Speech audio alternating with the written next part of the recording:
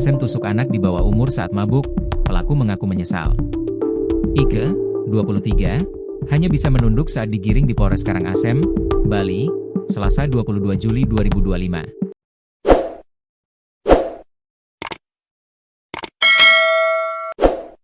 Pria asal desa Bungaya itu harus mempertanggungjawabkan perbuatannya setelah nekat menusuk anak di bawah umur, IGDAEP, 17, hingga bersimbah darah, Senin 21 Juli 2025 dini hari, di Jalan Veteran Amlapura, atau yang dikenal dengan Jalur 11.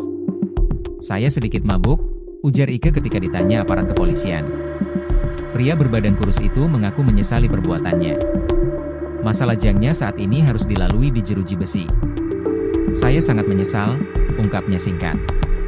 Kapolres Karangasem, AKBP Joseph Edward Purba mengatakan, kejadian penusukan itu bermula dari kesalahpahaman antara pelaku dan korban di salah satu tempat hiburan malam di kawasan Jalan Veteran Amlapura, Senin 21 Juli 2025 dini hari, sekitar pukul 00.30 WITA.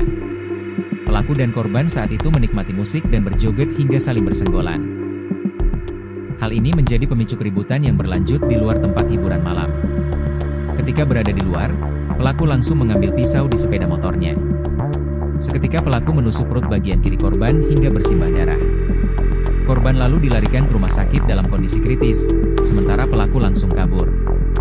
"Kami menangkap pelaku kurang dari 12 jam. Pelaku ditangkap di rumahnya," jelas Joseph Edward Purba, Senin 21 Juli 2025. Meskipun berhasil menangkap pelaku, barang bukti berupa pisau yang digunakan untuk menusuk korban belum ditemukan. Polisi hanya mengamankan sarung pisau, pakaian dan sepeda motor milik pelaku. Sementara untuk kondisi korban, polisi mendapatkan informasi, korban sudah sadarkan diri. Walau mendapatkan luka parah pada perut kirinya. Korban sudah sadar, masih dalam perawatan medis di rumah sakit, ungkapnya.